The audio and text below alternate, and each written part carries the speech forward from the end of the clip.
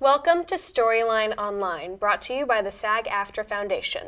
I'm Kiernan Shipka, and today I'm going to be reading you The House That Jane Built, written by Tanya Lee Stone and illustrated by Kathryn Brown. I'm very excited to be reading this to you all. A house stands on a busy street. Its doors are opened wide. To all who come it bids good cheer. To some it says, abide. In 1889, a wealthy young woman named Jane Addams moved into a lovely, elegant house in Chicago, Illinois. But instead of moving into a lovely, elegant neighborhood, she picked a house that was smack in the middle of one of the filthiest, poorest parts of town. Why would a wealthy young woman do this when she could have lived anywhere? Jane was just 6 years old when she went on a trip with her father and noticed that not everyone lived like her family did.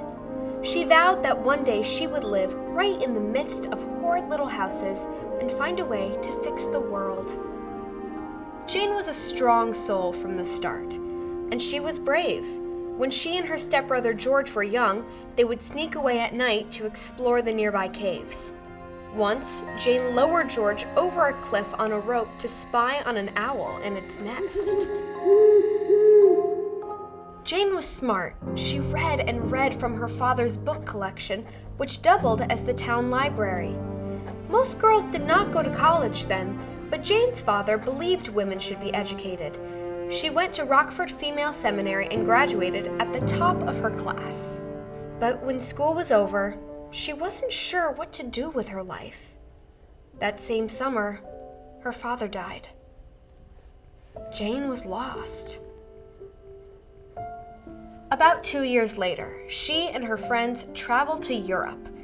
They went to the theater, the opera, and many beautiful places.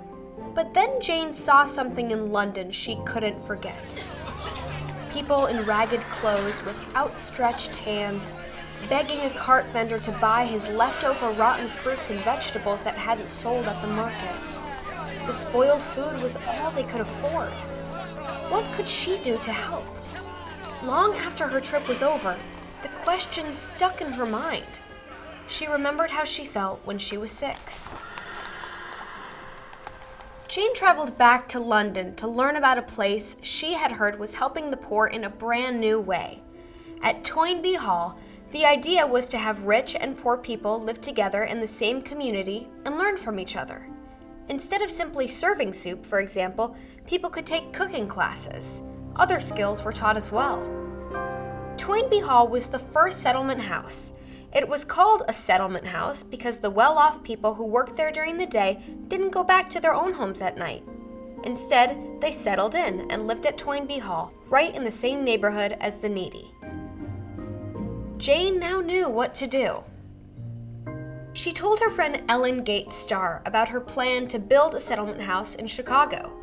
It was as if a racehorse had burst out of the gate, free at last to pour every ounce of energy into running. There was a glittery side to Chicago with its mansions, fancy shops, and sparkling lakefront. But there was a gritty side too.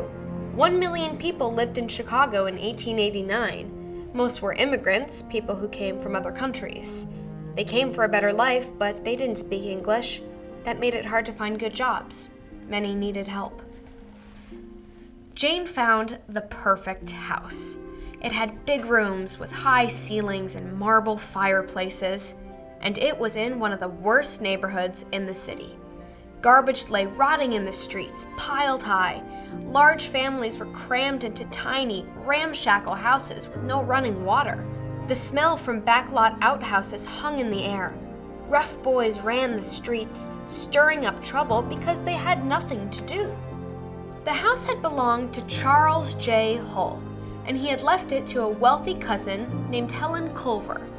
At first, Jane paid rent, but after she told Helen what she had in mind, Helen gave her the house for free. In thanks, Jane named it Hull House.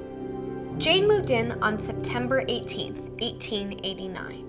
The very first night, she was so busy and excited that she forgot to lock a side door before going to sleep.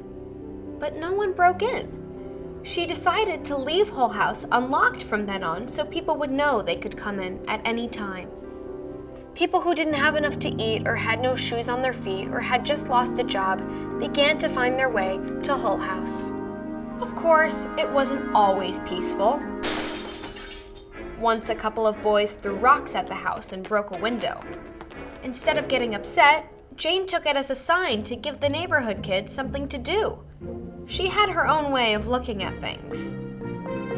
Another time, Jane discovered a man in the house looking for something to steal. He tried to jump out a window to escape, but she showed him the door so he wouldn't get hurt. When he broke in a second time, she asked him why. He said he was out of work and he had no money. Jane told him to report back the next morning.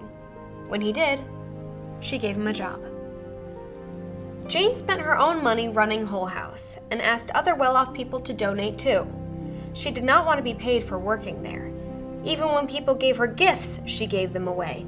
Her friends teased Jane about this. One friend gave her new underwear with her initials just so Jane couldn't pass them on. But she did. Any problem Jane discovered, she tackled. No running water in the house meant no easy way to bathe. This led to sickness, so Jane put in a public bath. People flocked to it, which helped her convince city officials they needed to build more public baths. No safe place for children to play? Jane talked a wealthy man into giving her the lot he owned near Hull House. Workmen tore down the shabby buildings and turned the lot into a playground. It was the first one in Chicago. Little kids home alone because their parents had to work 14 hours a day? Jane started a morning kindergarten and after-school clubs. She also set up afternoon classes for older kids who had to go to work during the school day. Jane did not do all this alone. Ellen Gates Starr was her partner from the start. Many other smart, generous people moved into Hull House and helped. They taught literature, art, English, math, science, and cooking. Soon there was not just one building, but 2, then 3, and 4, and more.